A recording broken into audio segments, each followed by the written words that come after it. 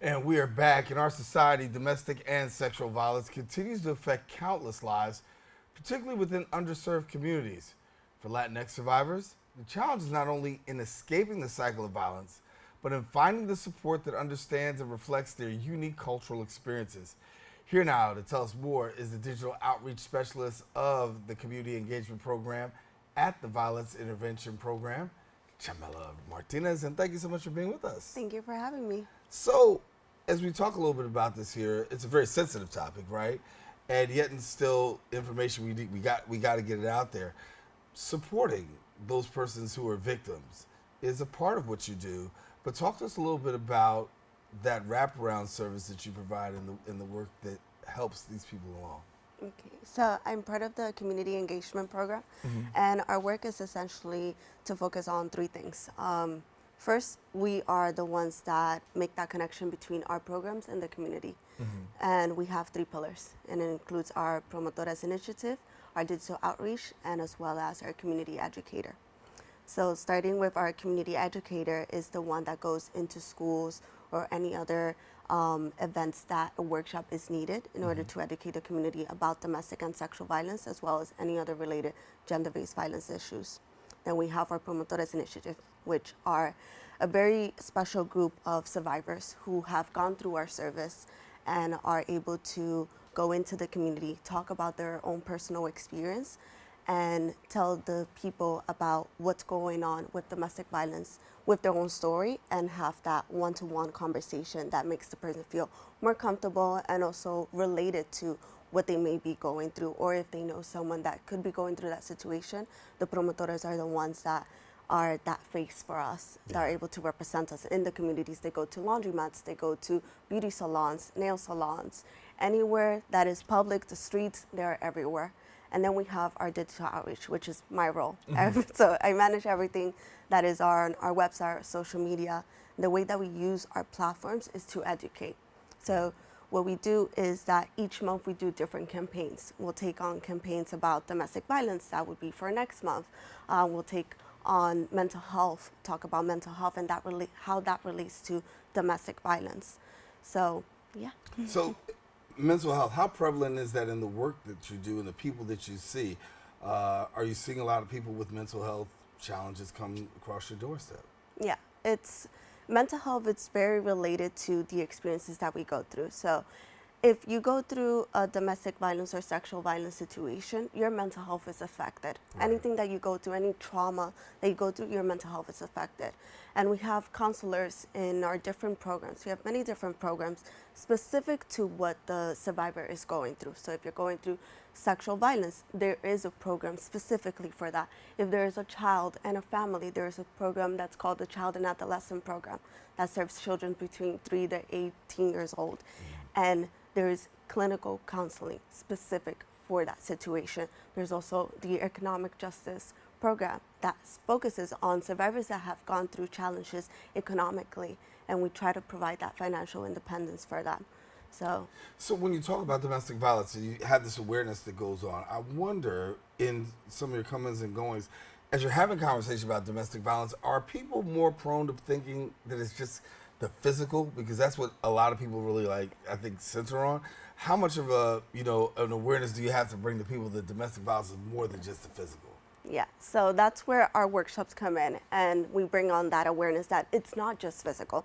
Domestic violence is very complex, and there's many layers to it. There can be emotional abuse going on. There can be economic abuse going on. So many different types of abuses that is not just physical. It's beyond the physical. That when we're doing these workshops, people think, oh, the usual is just like if someone slaps you or throws you, that's physical. But there's also the mental abuse going on, the physiological abuse going on, that many people just think, oh, they're screaming at me. That is a form of abuse. Right. If someone is manipulating you as well, is a form of abuse. And yeah. So for support, and somebody out there right now saying, listen, what kind of support can I get? How do I go about reaching that support? What do they do? So the entryway to our services is through our helpline. So a person would need to call our helpline between Monday to Friday, between 9 a.m. to 11 p.m. And they'll speak with a helpline counselor that will address the situation that they're going through and figure out what service from our programs will benefit them and connect them with that service. Yeah. And you talk about the work that you do digitally, right? And that's a great footprint all by itself. Are you finding that more and more people are connecting when you can do it from a digital perspective? Because it's a form of communication, but it may not be verbal right off the bat like we're doing right now, but yet and still tapping in digitally. What are you seeing out there? So what I like about what we do digitally is that we not just do posts, we also do charlas, which to us are Instagram live conversations about gender-based violence issues. We also have a blog, so if someone wants to write and be part of the blog, that's something that we also have. We recently started a podcast to talk about conversations if client wants to come in and talk anonymously about their story. That's something that we've included recently. So I've seen a lot of people just starting to engage more in those other aspects rather than just the post. Are there any particular conversations that people really want to have these days? Yeah, a lot of personal narratives. So a lot of people like to talk about their own experience, and then you find other people that are reading the stories or listening to the stories. They're like, oh, I like that you mentioned this story because I can relate to what this person went through or similarly. Yeah, so the personal narrative really opens the door for a lot of other people to be connected and do. What's the biggest challenge that you find in doing the work that you're doing right now? The biggest challenge, I would say, sorry.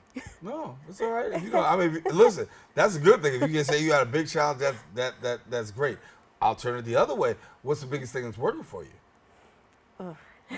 Our social media. Okay. Yeah, I would say our social media, because it's connecting us not just to the survivors, but also to other partners that are doing similar work to bring out the work that we do to other communities. Because we do focus on the Latino community, but we are open to helping other people from different backgrounds, different ethnicities, and different gender identities. Right. And you know, being a Latina, having that resource there, having someone that can really, people feel comfortable, they get it.